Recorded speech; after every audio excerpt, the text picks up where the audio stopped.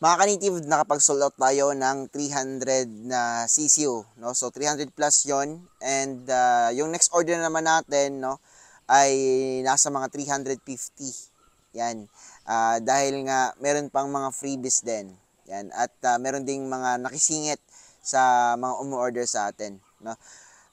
Masaya dahil nga ubos-ubos talaga yung mga CCU natin dito. Yan. So isipin nyo, yung mga 300 chicks na yan ay nakukuha lang natin, no, sa 5 days to 10 days. No? So, sa 5 days to 10 days, kaya nating kumita ng medyo malaki. No? Nasa mga up to 36,000 pesos. Yan. Sa CCU lang yan, na 2 weeks old. 2 weeks old po yung binibenta namin, and 120 pesos po kada isang CCU. Yan. Meron na po yung Beyond B1, Lasota, Gumburo, no, at infectious bronchitis. Kompleto na po. Dahil nga every 5 days tayo naglo-load sa incubator, every 5 days tayo may harvest, no? And every 5 days may mga releasing tayo, depende sa dami ng orders, no? Kasi iniipon natin yung mga CCU para makumpleto yung booking ng ating mga customers. No, so ito yung mga CCU natin, malapit na, meron ditong November 3, no, may releasing dito. Yan. And yung the rest, November 15, or baka mas maaga pa. Yan, dahil may hinihintay na lang ako na match na iba pang mga CCO para makumpleto yung mga bookings natin. Yan. So madami ito sila, pero wala tayong kaya sa buyer. Dami yung kinukuha nila. No? Dito din sa Sunday, may pupunta dito from Dipolog. Yan. At siya po ay magpapabook para sa month of January. Yan. So ganyan po kabilis yung booking natin dito. Yan. So sa tulong ng incubator ay tayo po ay mas napapabilis pa yung pag-harvest natin, no? Harvest equals pera. Yung pinapakain ko dito sa kanila is yung ating Vipro 1000. Yan.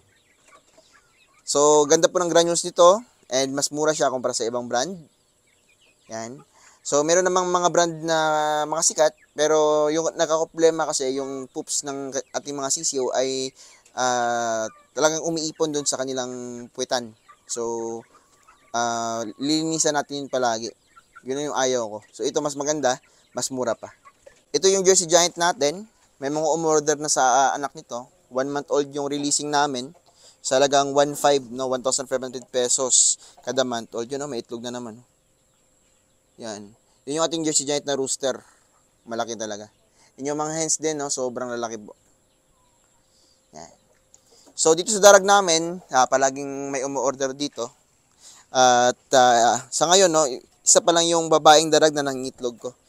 So, napakaganda po nito. Yun lang, super, super hyper tong mga darag chickens. Native na native talaga yung ugali. Malakas pong lumipad, pero bumabalik naman dito kapag sila pinakatakas. Ayan, minsan naman makatakas dito pag nagugulat yung lalaki or yung babae. Kaya yung babae, pinutulan ko ng pakpak para masanay lang siya dito sa loob. At tumutubo na naman. Yan. Itong lalaki, pangit kasi kung babawasan ko ng pakpak to, tsaka balahib or buntot, no? Kasi napaka-pogi. Yan. Pure feeds po pala yung pinapakain namin dito, no? Kapag kami po nagbi-breeding. Pure feeds. Dahil mas malakas yung kanilang performance, mas maganda yung performance nila. Kung ikukumpara natin sa may mix na crack corn. Ito naman yung aming Rhode Island Red. Malakas mangitlog din po to. Everyday may nangitlog ng 3. Yan, kaya marami din kaming production dito every month. Yan. No? So, simpleng setup lang. At syempre, nagkakapera tayo dito. Itong mga ganitong klaseng manok, mga heritage, ano sila, okay sila sa yung kanilang ugali na hindi po katulad ng mga darag. Talagang sakit sa ulo kapag fine-range mo to. Mahirap pulihin. Yan. Yung Jersey Giant sobrang sobrang mabait din na klase ng manok. Yan. So same din dito sa mga Rhode Island Red natin, meat and egg production. Yan. So ito naman yung medyo affordable kasi yung dito is meat and egg production. Malakas mangitlog and pangkarne. Yung hindi ka rin magsisisi kapag kinatay mo sila. Ano yung pinapakain namin sa mga mamahaling manok namin? Same lang din dito sa ano namin, breeding pen number 1 hanggang breeding pen number 4. No? So, lahat sila same lang po yung pagkain kapag nagbi-breed kami. Yung iba lang dito is yung mga sisiyo namin. Yan. So, V-Pro feeds yung gamit natin. Mas mura kasi. Yan. Kung gusto mong mas medyo social, yan, Pilmico, Galimax 21, pwede din. Yan. Pero sa ngayon kasi, natitipid tayo, which is maganda. Dahil nga, V-Pro 4000 pa rin yung gamit nating patuka. Yan. Ito po yung V-Pro feeds. Oh. Yan, meron din dito, V-Pro feeds din. Yan. Oh. So, ito lang po yung ginagamit ko ngayon. Pag nagsasawa sa V-Pro, yung ating manok, kasi minsan nagsasawa yung manok natin kapag isa lang yung feeds, doon ako nagmi-mix ng Galimax 21. Pero, palagi, ito yung ginagamit natin, ang V-Pro 4000. Yan. So, SRP nito is 1,875. Yan. Pero mabibili nito sa Aggrevet natin sa lagang 1,850. Yan, pwede kong ibigay sa inyo. Yan. No?